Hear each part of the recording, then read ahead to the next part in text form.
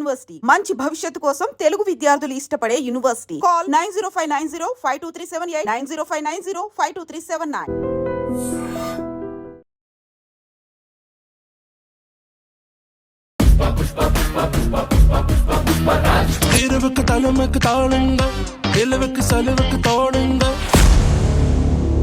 మహాత్మా గాంధీ గారిని, నెహ్రూ గారిని బాస్టర్డ్ అని తిడుతూ ఈ దేశానికి సర్వనాశనం చేసి వెళ్ళిపోయారు, చదువుకునేటటువంటి పాఠ్య పుస్తకాల్లో నుంచి తొలగించాలి అనేటటువంటి అసభ్యకరంగా. అంటే మీ వెనక అంటే జానీ మాస్టర్ ఉన్నారు, జానీ మాస్టర్కి మీకు ఏ సత్సంబంధాలు ఉన్నాయి? జానీ మాస్టరు నేనే ఒకే సామాజిక నుంచి వచ్చినటువంటి వ్యక్తులు అనేటటువంటి ఆలోచన చాలా మందిలో ఉన్నటువంటి పరిస్థితి. మీరేమో భయపడి డిలీట్ చేసింది అన్నారు, ఆమెమో ధైర్యంగా ఉన్నట్టు ఎవరు నన్ను ఏం చేయలేరు అనే స్టేట్మెంట్ పాస్ చేసింది. తనకు శిక్ష పడేంత వరకు కూడా మేము పోరాటం చేస్తాం. Ladies and gentlemen, welcome to I Dream Media. నేను ప్రియదర్శన్. ఫ్రీడమ్ ఆఫ్ స్పీచ్ అంటే వాక్ స్వాతంత్రం అనే పేరు చెప్పుకుని ఎవరైనా ఏమైనా ఎవరి మీదైనా అనుచిత వ్యాఖ్యలు చేయొచ్చు అని అనుకుంటున్నారు. కొన్ని పోస్టులు ఓపెన్గా పెడుతున్నారు. అంటే మనం ఫేక్ ప్రొఫైల్స్లో చూసిన పోస్టులు వేరు, బట్ ఓపెన్గా ఒక సమాజంలో ఫోకస్ అయిన ఒక ఐడెంటిటీ ఉన్న వ్యక్తి ఇలాంటి పోస్టులు పెట్టడం అనేది, అనుచిత వ్యాఖ్యలు చేయడం అనేది ఖచ్చితంగా తప్పు. సో రీసెంట్గా సృష్టి వర్మ, మీ అందరికీ తెలుసు, రీసెంట్గా వైరల్ అయ్యారు కదా ఆవిడ, జానీ మాస్టర్ అండ్ సృష్టి వర్మ ఇష్యూతో ఆవిడ ఒక పోస్ట్ అయితే పెట్టారనమాట థ్రెడ్స్లో. సో అందులో ఏంటంటే ఫాదర్ ఆఫ్ నేషన్ మహాత్మా గాంధీని, ఇంకొక వైపు ఫస్ట్ ఇండియన్ ప్రైమ్ మినిస్టర్ మన జవహర్లాల్ నెహ్రూ గారిని, ఇద్దరినీ కలిపి ఆవిడ ఒక బూతు మాట అయితే మాట్లాడారు. అంటే అది ఇంగ్లీష్లో వర్డ్ బీతో స్టార్ట్ అవుద్ది, బట్ ఏంటంటే మదర్ని తిట్టే అంత మీనింగ్ అయితే దానిలో ఉంటుంది అనమాట. సో దాని మీద ఇమీడియట్గా కొంతమంది రియాక్ట్ అయ్యారు. అయితే ముందు రియాక్ట్ అయిన వ్యక్తి మనతో పాటు ఉన్నారు. ఆయన గుంటూరులో నగరంపాలెంలో కేసు కూడా నమోదు చేశారనమాట సృష్టి వర్మ గారి మీద. సో ఆయన పేరు కరీం గారు నాతో పాటు ఉన్నారు. Hi sir. నమస్తే సార్. సో ఏంటి సార్ కరీం గారు, ఎన్ఎస్యుఏ ప్రెసిడెంట్ మీరు గుంటూరు జిల్లాకి, అంతే కదా? అవును. సో ఏంటి ఇప్పుడు అంటే దీని వెనక మీరు రియాక్ట్ అవ్వడానికి ఫస్ట్ కారణం ఏంటంటే కాంగ్రెస్ అనేది మీ వెనక ఉంది, దాని గురించా? లేదు ఫాదర్ ఆఫ్ నేషన్ మీద ఇలాంటి అనుచిత వ్యాఖ్యలు చేయడం అనేది ఖచ్చితంగా కొంతమందికి గుండెల్లో తెలియని ఒకటి మొదలవుతుంది, అది వచ్చిందా? ఏంటి దీని వెనక? ఫస్ట్ ఆఫ్ ఆల్ సార్, సృష్టి వర్మ 3వ తారీఖున ఇన్స్టాగ్రామ్ అనుసంబంధంగా ఉన్నటువంటి ట్రెడ్స్లో మహాత్మా గాంధీ గారిని, నెహ్రూ గారిని బాస్టర్డ్ అని తిడుతూ ఈ దేశానికి సర్వనాశనం చేసి వెళ్ళిపోయారు, రాబోయే తరానికి వాళ్ళ గురించి కాకుండా నిజంగా పోరాటం చేసినటువంటి స్వతంత్ర సమరయోధుల గురించి మనం మాట్లాడుకోవాలి. మహాత్మా గాంధీ గారి చరిత్రను, అదేవిధంగా జవహర్లాల్ నెహ్రూ గారి చరిత్రను చదువుకునేటటువంటి పాఠ్య పుస్తకాల్లో నుంచి తొలగించాలి అనేటటువంటి అసభ్యకరంగా భారతదేశ ప్రజలందరినూ, అదేవిధంగా స్వతంత్ర సమరయోధులు మహాత్మా గాంధీ గారిని, నెహ్రూ గారిని కించపరిచే విధంగా తను స్వతంత్రంగా తన యొక్క ఇన్స్టాగ్రామ్ ట్రెడ్స్లో దేశవ్యాప్తంగా అందరూ చూసేటటువంటి దాంట్లో పెట్టినటువంటి దుర్మార్గమైనటువంటి పరిస్థితి సార్. ఎంత గుండె రగిలిపోతున్నటువంటి పరిస్థితి. మహాత్మా గాంధీ గారు, నెహ్రూ గారు మన భారతదేశానికి స్వతంత్రం తీసుకురాకపోతే మనం ఈరోజు ఇంత స్వతంత్రంగా స్వేచ్ఛగా ఈ భారతదేశంలో తిరిగే వాళ్ళమా? నిజంగా తను పెట్టినటువంటి పోస్టు వల్ల నిజంగా చాలామంది కూడా అనేకమైనటువంటి బాధతో రగులుతున్నటువంటి పరిస్థితి సార్. ఎందుకు తను ఈ విధంగా అసభ్యకరమైనటువంటి పోస్టు వాళ్ళ మీద పెట్టాలనేటటువంటి ఆలోచన ఎందుకు వచ్చిందో నిజంగా తనకి ఆ ఆలోచనని తీవ్రంగా ఖండిస్తూ ఉన్నాం. మేము తక్షణమే తను పెట్టినటువంటి పోస్టు పైన పోలీస్ అధికారులు తన మీద ఎఫ్ఐఆర్ నమోదు చేయాలనేటటువంటి ఉద్దేశంతో ఎస్పీ గారి గ్రీవెన్సీ సమావేశంలో వెళ్ళి గుంటూరు జిల్లా ఎన్ఎస్ఐ బృందం ఆధ్వర్యంలో వెళ్ళి సృష్టి వర్మ కొరియోగ్రాఫర్ పైన కేసు నమోదు చేయడం జరుగుతుంది. దాని తర్వాత గత 4 రోజులు 5 రోజులు అయినప్పటికి కూడా దానిపైన పూర్తి స్థాయిలో మాకు ఎటువంటి సమాచారం లేనప్పుడు మేము 9వ తారీఖున గుంటూరు నగరంలో పెద్ద ఎత్తున సృష్టి వర్మ పైన నిరసన కార్యక్రమం పెద్ద ఎత్తున తెలియజేయడం జరిగింది. ఆ క్రమంలో మమ్మల్ని ఎన్ఎస్ఐ నాయకులను అడ్డుకొని పోలీస్ స్టేషన్ తీసుకొని వెళ్ళి తక్షణమే జిల్లా ఎస్పీ గారు కూడా స్పందించి ఆ రోజు సాయంత్రం ఇమీడియట్గా 6-7 ఆ ప్రాంతంలో సృష్టి వర్మ కొరియోగ్రాఫర్ పైన 3 సెక్షన్ల కింద కేసు నమోదు చేయడం జరిగింది. ఎందుకు ఈ విధంగా ఆలోచన తనకొచ్చిందా, లేకపోతే తన వెనక ఎవరైనా నడిపించారా అనేటటువంటి మాట మనకైతే తెలియదులే. కానీ ఈ విధంగా పెట్టడం అయితే చాలా బాధాకరం. దీన్ని తీవ్రంగా కాంగ్రెస్ పార్టీ విద్యార్థి విభాగం ఎన్ఎస్ఏ బృందం పక్షాన ఖండిస్తూ ఉన్నాం. సో రీసెంట్గా కూడా సృష్టి వర్మ ఒకటి కేసు అయితే సంచలనం అయింది, మీకు తెలుసు, జానీ మాస్టర్ ఐష్యూ గురించి మనమైతే మాట్లాడలేం, అంటే జడ్జిమెంట్ వస్తుంది కొన్ని రోజులు. బట్ ఈ లోపు ఆమె మీద అంటే మన తెలుగు వాళ్ళందరూ కూడా చాలా సింపతి క్రియేట్ అయింది. బికాజ్ ఒక మహిళ బయటకు వచ్చి మాట్లాడడం ఏంటి, ఇలాంటి పరిస్థితి నెలకొనడం ఏంటంటే. బట్ ఈ టైంలో అంటే కెరియర్ కూడా మంచిగా ఉన్న టైంలో ఆమె మనమే ఒక సినిమా చేసింది, పుష్ప 2 సినిమాలో కూడా ఒక కొరియోగ్రాఫర్ కింద వర్క్ చేసింది. సో ఆమె కెరియర్ని పక్కన పెట్టి ఇప్పుడు ఇలాంటి సింపతి ఆమె ఒక దానిలో ఇరుక్కుని ఉంది ప్రజెంట్. ఇలాంటి టైంలో ఇలాంటి వ్యాఖ్యలు చేయడం దాన్ని ఏమనుకోవాలంటే మెచ్యూరిటీ లేకపోవడం అనుకోవాలా, లేదంటే వేరే అగ్రెషన్ ఏమన్నా ఇక్కడ చూపించింది అనుకోవాలా? గతంలో తనకి జరిగినటువంటి అన్యాయం పైన జానీ మాస్టర్కు, అదేవిధంగా సృష్టి వర్మ పైన జరిగినటువంటి వివాదంలో అనేకమైనటువంటి కథనాలు వచ్చినాయి. దాన్ని పరిష్కరించడానికి పోలీస్ అధికారులు, కోర్టు, బాధ్యత కలిగినటువంటి వాళ్ళందరూ కూడా ఉన్నటువంటి సంగతి. అయినప్పటికీ ఒక భారతదేశ మహిళగా తనకి అన్యాయం జరిగినటువంటి ఉద్దేశంతో రోడ్డు మీదకి వచ్చిందని చెప్పేసి మేమందరం కూడా అక్కడ ఏమైందో వాళ్ళకి ఏమైందో మనకు కూడా తెలియదు. వాస్తవం అవాస్తవం వాళ్ళు పోలీస్ అధికారులు, కోర్టు నిర్ణయించాల్సినటువంటి ఉద్దేశం ఉంది అక్కడ. అయితే ఒక ఆడబిడ్డగా, ఈ భారతదేశ మహిళగా రోడ్డు మీదకి వచ్చి తన పడుతున్నటువంటి బాధ, ఆవేదనకు మనం కూడా తనకి సానుభూతిగా తన వెంట ఉండాలనేటటువంటి ఉద్దేశంతో ఆ రోజుల్లో కూడా తన వైపు మాట్లాడినటువంటి పరిస్థితులు ఎన్నో ఉన్నాయి. బట్ మీ మీద వచ్చే ఆరోపణలు మీకు తెలుసా? అంటే మీ వెనక అంటే జానీ మాస్టర్ ఉన్నారు, జానీ మాస్టర్కి మీకు ఏవో సత్సంబంధాలు ఉన్నాయి, దాని వలన మీరు ఆ హిడెన్ ఎజెండాతో ఎలా వచ్చి ఆమె మీద కేసు పెట్టారని కూడా కొన్ని ఆరోపణలు ఉన్నాయి. ఇప్పుడు జానీ మాస్టరు నేను ఒకే సామాజిక నుంచి వచ్చినటువంటి వ్యక్తులు అనేటటువంటి ఆలోచన చాలా మందిలో ఉన్నటువంటి పరిస్థితి సార్. నేను పూర్తిగా అడుగుతా ఉన్నాను, బాధ్యత కలిగినటువంటి భారతదేశ పౌరుడిగా నేను పోస్టు చూసిన వెంటనే స్పందించినటువంటి వ్యక్తిని. దాని తర్వాత నేను కేసు ఫైల్ చేశాననేటటువంటి విషయం తెలుసుకొని సోమవారం కేసు ఫైల్ చేస్తే మంగళవారం సాయంత్రం ఎందుకు పోస్ట్ డిలీట్ చేసింది సార్? తన ఎక్కడో తనకు కూడా భయం, నా మీద ఏదో ఒకటి ఇష్యూ అవుతుంది అనేటటువంటి తనకు కూడా భయం ఉంది. కానీ జానీ మాస్టరు కరీం అనే వ్యక్తికి చెప్పి కేసు పెట్టించారు అనేటటువంటి కొన్ని సోషల్ మీడియాల్లో, అదేవిధంగా యూట్యూబ్ ఛానల్లో కూడా వస్తున్నటువంటి సంఘటనలు చాలా గత వారం నుంచి చూస్తూ ఉన్నాను. నేను ఒకటే అడుగుతా ఉన్నాను, స్వతంత్ర సమర యోధుల గురించి ఎవరు మాట్లాడినప్పటికి కూడా బాధ్యత కలిగినటువంటి భారతదేశ పౌరులంగా ప్రశ్నించే హక్కు, పోరాటం చేసేటటువంటి హక్కు ప్రతి ఒక్కళ్ళకు ఉంది. అలా మాట్లాడినటువంటి వ్యక్తులు ఒక్కసారి వాళ్ళ చరిత్ర గురించి తెలుసుకోవాలి. ఎందుకంటే వాళ్ళకు కూడా చెప్తా ఉన్నా, ప్రేక్షకులకు కూడా, కొంతమంది మాట్లాడేటటువంటి ప్రేక్షకులకు కూడా, వాళ్ళు కూడా మహాత్మా గాంధీ గారి చరిత్ర, నెహ్రూ గారి చరిత్రను ఒకసారి తెలుసుకోవాలి. వాళ్ళు నిజంగా లేకపోతే మనం ఇంత స్వతంత్రంగా, ఇంత స్వేచ్ఛగా, ఇంత హ్యాపీగా మన కుటుంబాలతో ఇలా హ్యాపీగా ఉండేటటువంటి లైఫ్ కాదు. మనం కూడా ఏదో ఒక దేశానికి మనం కూడా బానిసలాగా బతికేటటువంటి పరిస్థితులు ఆ రోజుల్లో. మనకి స్వాతంత్రాన్ని తీసుకొని వచ్చి భారతదేశం అంతా కూడా ఇప్పుడు అనేకమైనటువంటి ప్రపంచంలో ఉన్నటువంటి అనేకమైనటువంటి దేశాల్లో భారతదేశం అనేటటువంటిది మొట్టమొదటి స్థానంలో. భారతదేశం జోలికి వెళ్తే భారతదేశ ప్రజలందరూ కూడా ఏకమై ఉంటారు అనేటటువంటి ఆలోచన విధానం పక్కన ఉన్నటువంటి దేశాలకు కూడా ఉన్నటువంటి సంఘటన.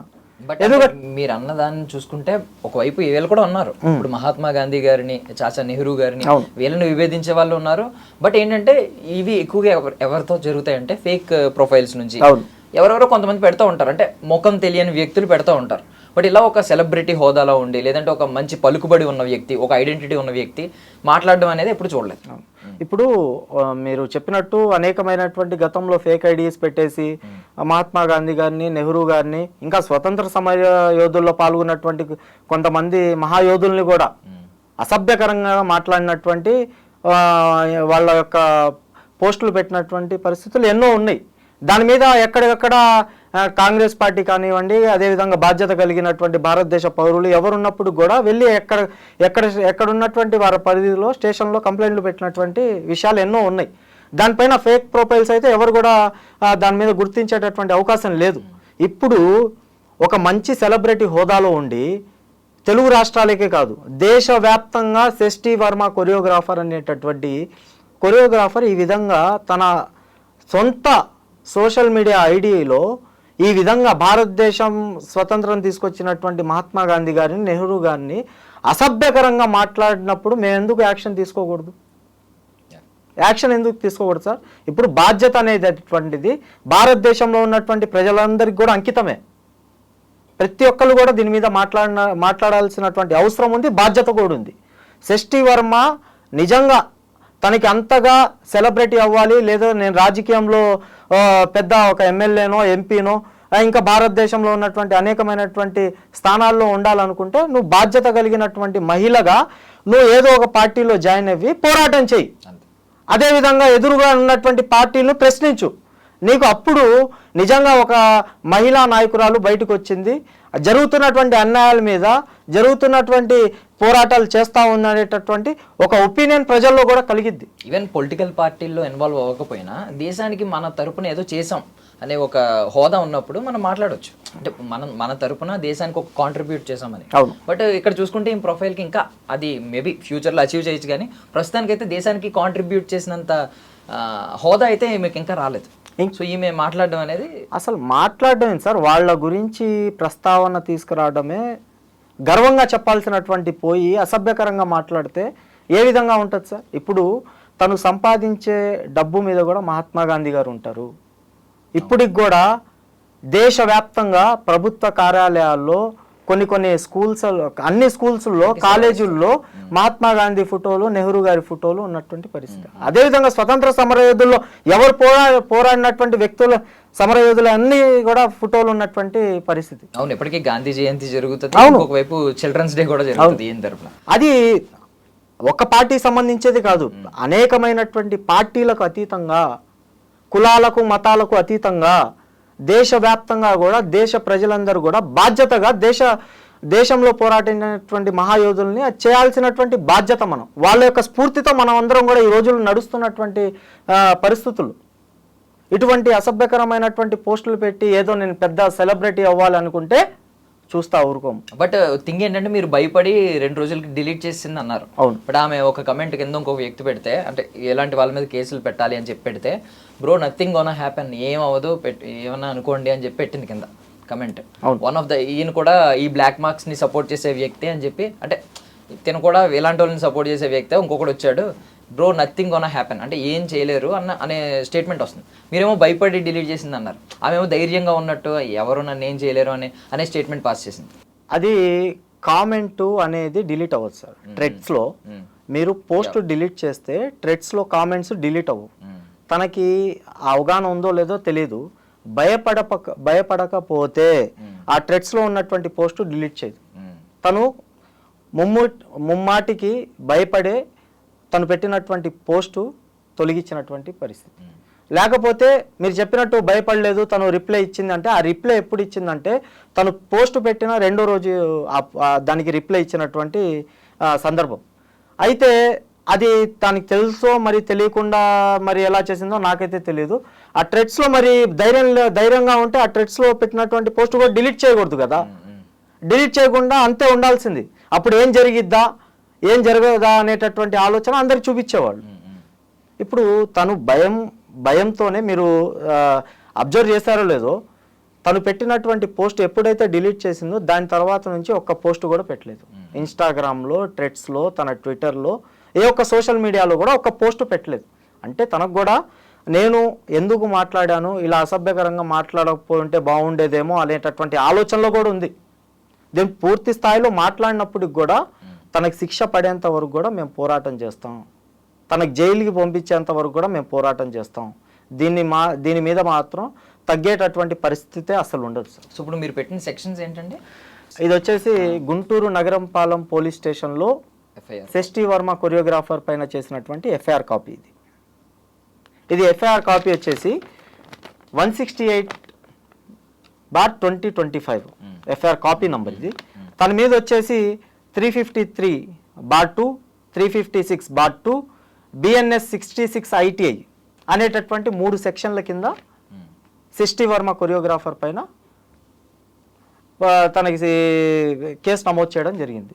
అయితే దీన్ని పూర్తి స్థాయిలో కూడా మూడు సంవత్సరాలు అంటే 6 సంవత్సరాలు, అదేవిధంగా ఆర్టీఐ కింద అప్ టు 5 lakhs వరకు కూడా తనకి తను కట్టాల్సినటువంటి అవసరం కూడా దీంట్లో స్పష్టంగా రాసినటువంటి పరిస్థితి. నాకు కూడా మా తరఫున వాదించేటటువంటి లాయర్ గారు దీనిపైన పూర్తి స్థాయిలో అవగాహన చేసుకొని నాకు తెలియజేయడం జరిగింది. ఏది ఏమైనప్పుడు కూడా మేము దీని మీద ఈ ఎఫ్ఐఆర్ కాపీ చేసినటువంటి దాని మీద షష్ఠీ వర్మకు కఠినమైనటువంటి శిక్ష పడేంత వరకు కూడా దేశవ్యాప్తంగా కూడా ఎన్ఎస్ఏ పోరాటం చేయడానికి సిద్ధంగా ఉంది. ఇప్పుడు మీ అంచనా ప్రకారం ఆ సెక్షన్స్ ఒక 3 సెక్షన్స్ చెప్పారు మీరు. దానిలో ఏ సెక్షన్ అయితే ఖచ్చితంగా ఈవిడ ప్రూవెన్ గిల్టీ అని చెప్పి ఆవిడ మీద అది నమోదు చేసే ఛాన్స్ ఉంది? ఫస్ట్ ఆఫ్ ఆల్ అది పోలీసు వాళ్ళు ఇంట్రాగేషన్లో తేల్చాల్సినటువంటి అంశం అది. ఎందుకంటే ఫస్ట్ తనని పిలిపించి ఎంక్వైరీ చేయడం మొదలవుతుంది. దానిపైన తను పెట్టింది అనేటటువంటి పూర్తి స్థాయిలో నిజంగా అయితే కనుక కోర్టులో ఏదైతే ఇచ్చారో దానికి తను శిక్ష పడాల్సినటువంటి అవసరం ఎంతైనా ఉంది. అది పోలీస్ అధికారులు, అదేవిధంగా కోర్టు మీద పూర్తి స్థాయిలో మాకు బాధ్యత, మాకు గౌరవం ఉంది కాబట్టి మేము పూర్తి స్థాయిలో నమ్ముతా ఉన్నాం. ఖచ్చితంగా షష్ఠీ వర్మ కొరియోగ్రాఫరు జైలుకి వెళ్ళేటటువంటి పరిస్థితి అయితే ఖాయం. సో ఇప్పుడు మీరు అన్నారు కదా, మీకు ఏమన్నా తెలిసిందా? పోలీసులు ఏమన్నా పిలిచారా? ఆమెని విచారణకి ఏమన్నా పిలిచారా? మీకు మళ్ళీ ఏమన్నా అప్డేట్ వచ్చిందా? అంటే దీని మీద ఒక వారం 10 రోజుల్లో మళ్ళీ రిప్లై చేయాల్సినటువంటి అవసరం ఉంది. కేసు మొన్న 9వ తారీఖు నమోదు చేయడం జరిగింది. మళ్ళీ ఒక వారం ఆగి మేము స్టేషన్ దగ్గరికి వెళ్ళి దీని మీద అసలు పూర్తి స్థాయిలో ఎలా జరుగుతుంది ఏంటి అనేటటువంటి తెలుసుకొని దాని పరంగా ఇది ఇంకా కోర్టులో మేమన్నా చేయాల్సినటువంటి పిల్స్ ఏమైనా ఉంటే దీని మీద కూడా పిల్ చేయడానికి కూడా సిద్ధంగా ఉన్నాం. అదేవిధంగా మన ఆంధ్ర రాష్ట్రంలో ఎన్ఎస్ఏ ఆధ్వర్యంలో అనేకమైనటువంటి జిల్లాల్లో కూడా కేసులు నమోదు చేయడానికి కూడా ఎన్ఎస్ఏ సిద్ధంగా ఉంది. పూర్తి స్థాయిలో కూడా షష్ఠీ వర్మ కొరియోగ్రాఫర్ చేసినటువంటి అనుచిత వ్యాఖ్యలపైన తను శిక్ష పడాల్సినటువంటి అవసరం ఎంతైనా ఉందనేటటువంటి ఆలోచనతో తను చేసిన అనుచిత వ్యాఖ్యలు మరొకరు చేయకూడదు, మరొకరికి ఆలోచన రాకూడదు అనేటటువంటి ఉద్దేశంతో ఈరోజు మేము ఇంత కఠినంగా తన పైన చర్యలు తీసుకోవాలి అనేటటువంటి ఉద్దేశంతో మేము పోరాటం చేస్తాం. వాక్ స్వాతంత్రానికి కూడా కొంచెం పరిధులు ఉంటాయి అనేది గుర్తు చేయాలని అనుకుంటున్నాను న్యాయస్థానం ముందు. ఓకే, నాకు షూర్గా. యా, బట్ ఒక క్వశ్చన్ అయితే కామన్ క్వశ్చన్ ఏం రైజ్ అయిందంటే, తెలంగాణ ఇక్కడ కాంగ్రెస్ ప్రభుత్వం ఉంది, బట్ ఇక్కడ నుంచి ఎటువంటి కేసు నమోదు అవ్వలేదు. ఎందుకు అసలు? బికాస్ కాంగ్రెస్ పార్టీకి మూల పురుషులు ఇద్దరు కూడా. మరి వాళ్ళిద్దరిని అన్ని మాటలు అన్నప్పుడు, ఒక ట్వీట్ వేసినప్పుడు ఒక వ్యక్తి ఎవరో ఎందుకు ఇక్కడ స్పందించలేదు అనేది కామన్ క్వశ్చన్. పాకిస్తాన్కి మొన్నటి వరకు కూడా వార్ జరుగుతున్నటువంటి పరిస్థితి.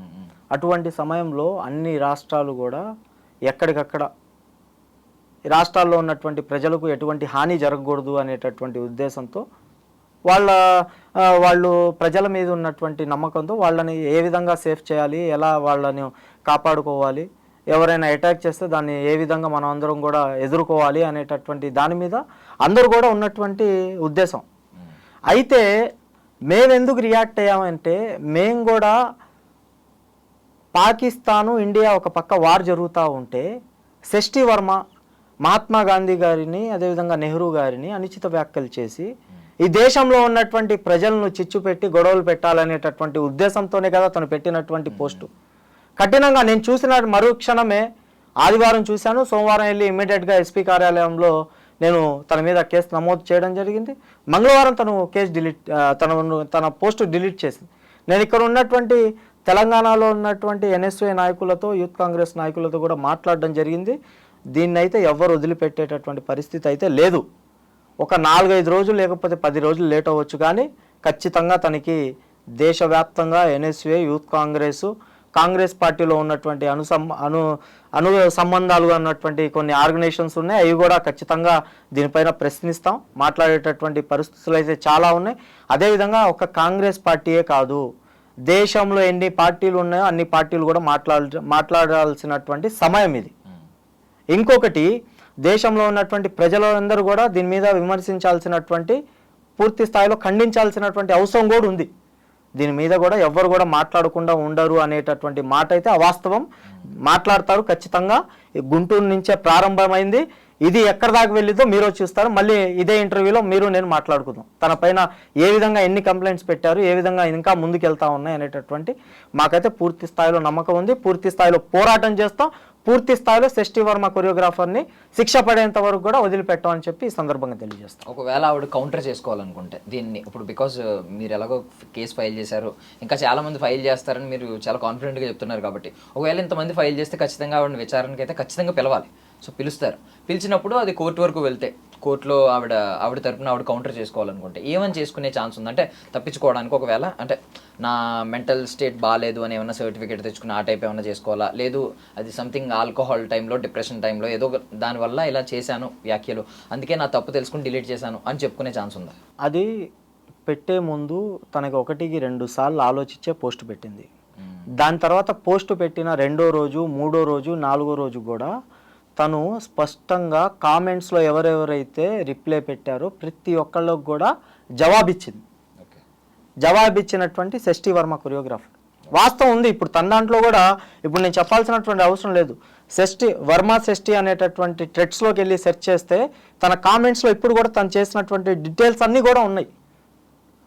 నేను ఏదో ప్రస్తావనలో ఉండి లేకపోతే మెంటల్ డిప్రెషన్లో ఉండో లేకపోతే ఆల్కహాల్లో ఉండో నేను పెట్టాను అనేటటువంటి మాట అయితే అవాస్తవం.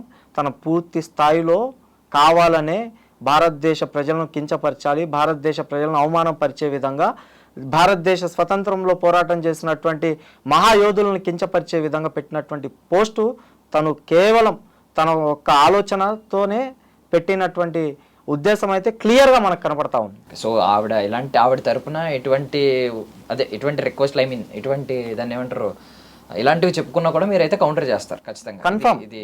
కన్ఫామ్గా చేస్తుంది సార్. దీని మీద అయితే అసలు వెనకడిగేసేటటువంటి పరిస్థితి అస్సలు ఉండదు. దీని వల్ల ఇంకా 10 మంది పెట్టేటటువంటి అవకాశాలు చాలా ఉన్నాయి. అది షష్ఠి కొరియోగ్రాఫర్ తనతోనే అంతమవ్వాల్సినటువంటి పరిస్థితి ఇది. ఈ విషయం ఇంకో విషయం నువ్వు మాట్లాడు, మేము దీనికి స్వాగతిస్తాం, నీకు సపోర్ట్గా ఉంటాం. భారతదేశంలో ఎక్కడైనా అన్యాయం జరిగిందా దాని మీద ప్రశ్నించు, మేము కూడా హర్షిస్తాం. భారతదేశంలో విద్యార్థులకు యువతకు ఉద్యోగాలు లేవా దాని మీద ప్రశ్నించు, మేము కూడా మీకు సపోర్ట్గా ఉంటాం.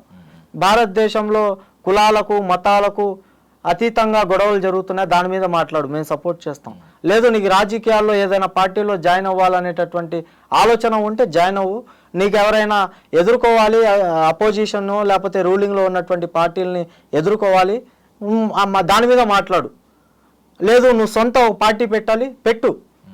అసలు నీ ఆలోచన విధానంతో దేశంలో ఉన్నటువంటి మహాయోధుల గురించి మాట్లాడితే కానీ చూస్తా ఊరుకం. షష్ఠి వర్మ హెచ్చరిస్తూ ఉన్నాను. షష్ఠి వర్మ కూడా సూటి ఓ ప్రశ్న అడుగుతూ ఉన్నాను.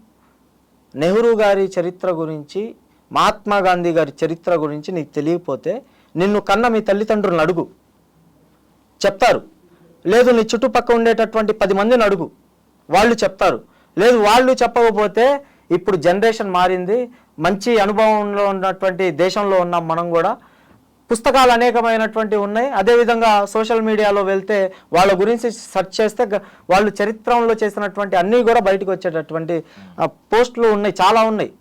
నువ్వు వాటినన్నిటి కూడా పక్కన పెట్టి వాట్సాప్ యూనివర్సిటీ నుంచి వచ్చినటువంటి మెసేజ్లను చూసో లేకపోతే వేరే ఫేక్ ఐడీల నుంచి వచ్చినటువంటి మెసేజ్లు చూసో నేను కూడా స్వతంత్ర సమర యోధుల గురించి నేను మాట్లాడితే నేను కూడా దేశవ్యాప్తంగా కూడా సెలబ్రిటీ అవుతాను, నాకు కూడా ఏదో ఒకటి మంచి పొజిషన్ వస్తుంది అనేటటువంటి ఆలోచనలో నువ్వు ఉన్నావు అనుకో, ఖబర్దార్ షష్ఠి వర్మ నీకు చెప్తా ఉన్నాం.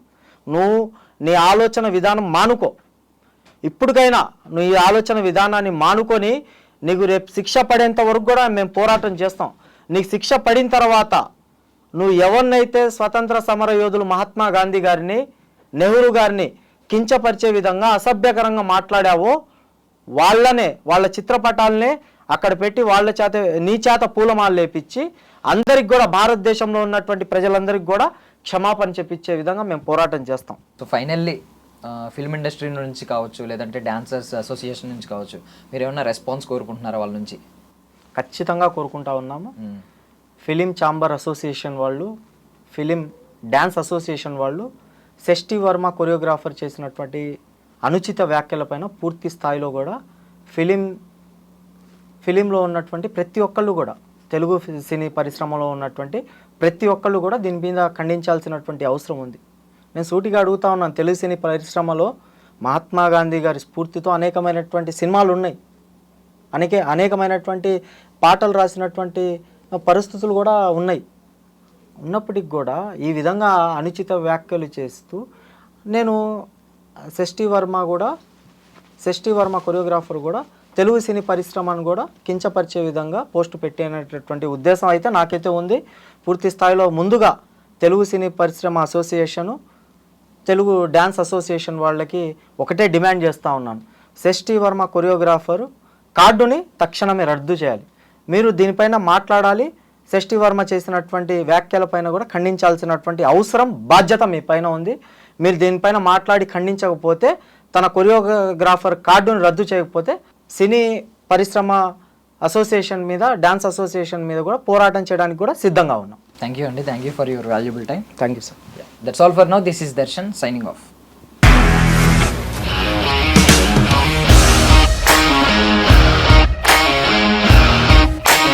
ఇండస్ట్రీలో కమిట్మెంట్ ఇష్యూస్ వస్తే నీకు కూడా వచ్చినట్టు మార్నింగ్ తీసుకెళ్ళాడంటే కొట్టి పడేస్తాడు.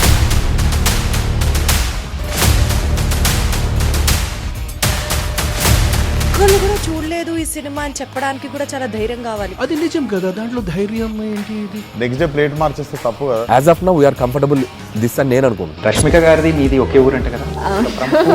నీకు కోపం వచ్చిందంటే బాగా తిట్టేత్తరా? తిట్టేద్దామండి. నిజంగా గేమ్ ని ఎలా చేంజ్ చేయగలిగారు? ఏపీఎస్ఎఫ్సి వాళ్ళకి 6 నెలల్లో నేను 6 లక్షలు కట్టా. బిజినెస్ చేయాలనుకుంటే it is as difficult as riding a tiger.